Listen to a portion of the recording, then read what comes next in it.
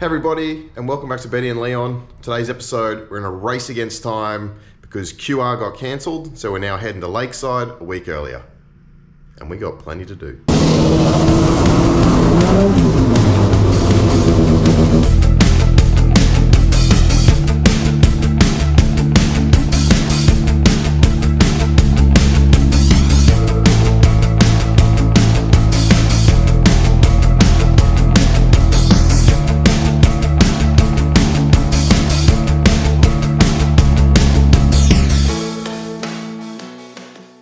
So let me set the scene for this episode. We are Saturday. I've got till Wednesday to notify the track that we're going to turn up to Lakeside. To get to Lakeside, we've got a whole bunch of work we need to do. So we've got to do all the standard servicing stuff and anything else that we might find broken. And then we got to make ourselves a new muffler because Lakeside has some pretty strict rules around mufflers and sound ultimately, because you know, when people move to a racetrack they complain about the sound and then the racetrack has to do something about it. So I've already got this muffler here, which will be, you know, the wraparound pipe. So that bad unit's going to run down the back of the bumper bar there, so I think it starts about here and ends up down there. And I'm going to turn this stainless steel and all of this stainless steel packing and fiberglass packing and the perf tube and the 3-inch normal tube, we're going to turn that into a muffler, which is pretty timely because if you guys remember back last year, we were at Lakeside and no, we were at QR, sorry, and the muffler basically broke at the inlet of the muffler. Well, have a look at this. So look down in there and what do you see? Bit of daylight in there. So I think what's happened is the same as what happened previously. Let's go in and get in underneath and have a look. Oh yeah, check that out. So I actually didn't know that had happened prior to going on this adventure. So yeah, it's probably a good thing. I think this muffler's, she's done a few passes, broken a few records, so time to retire that bad unit. And yeah, we're going to go full stainless with it and learn how to make a muffler. I'm doing it on the fly, never created one before, so yeah, you're going to learn with me as we go. Got the TIG here. Haven't really TIGged a lot in my day, to be honest. I've done a few little welds on some chrome moly tube, done a few little bits and pieces sticking things together, but nothing like this project. So I'm really learning, going to be winging it, because you know what? That's what you do when you have an amateur race car team. You know, you're trying to get to every event you can get to. You're under the pump usually because, you know, I work a full-time job. It's quite demanding. I get home at 6:30, 7 o'clock at night, basically every night. And more often than not, it's left to my weekends to get stuff done. I've got a house reno going on as well. So yeah, time's of the essence. So sometimes you're leaving it to 5 days out from the event. Is what it is. You guys know what it's about. That's just life. Alrighty, let's get on to some servicing and then get into that muffler.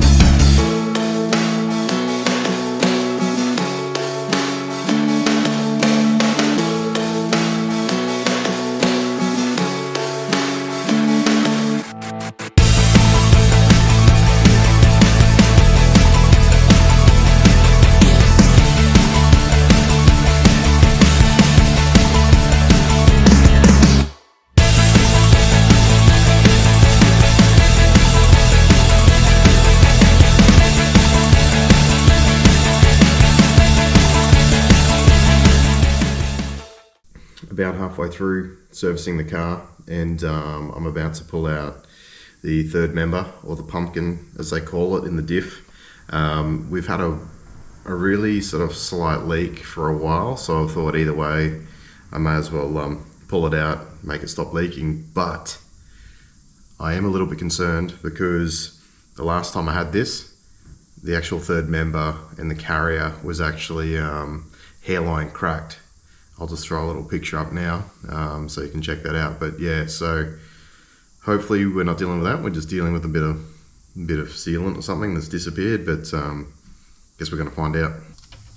Let's hope that this thing is in good shape. It felt alright when I spun it without the tail shaft on it, but so did the other one that had the massive crack through it. Fingers crossed, lads, fingers crossed. Feels very oily up the top of this diff. If nothing else, it'll get a good clean up. Alright. Here we go. Let's get that bad unit. Let's get him down. Here we go. Oh, that is heavy when you're under the car. Third member is out. Let's have a look inside the housing and just see if there's anything weird going on up in here.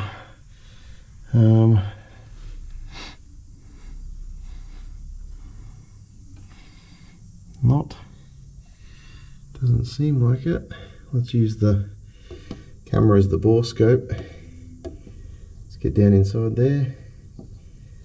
I'll review this footage later, but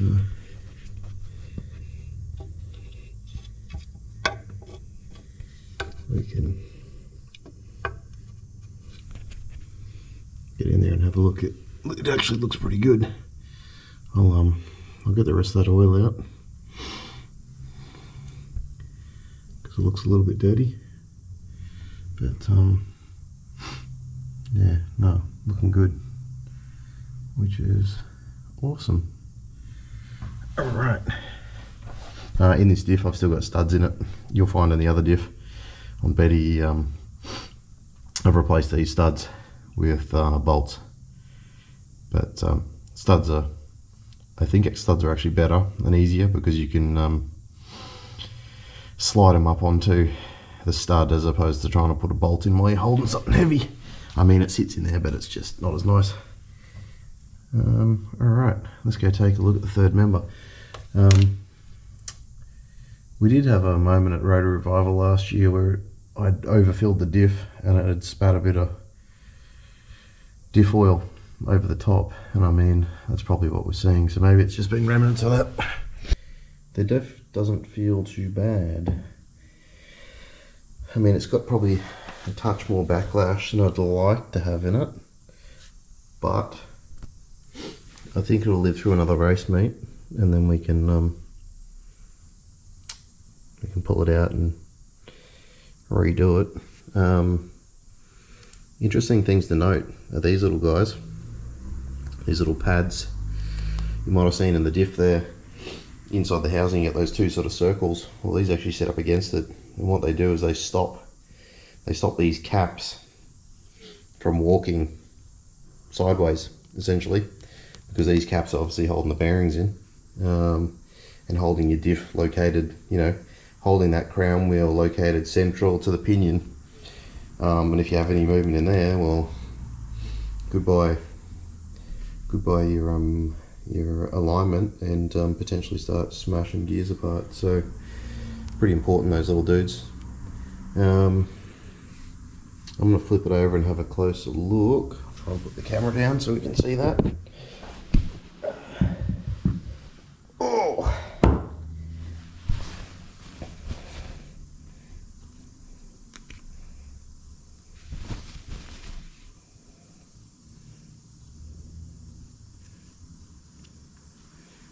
All looks pretty good.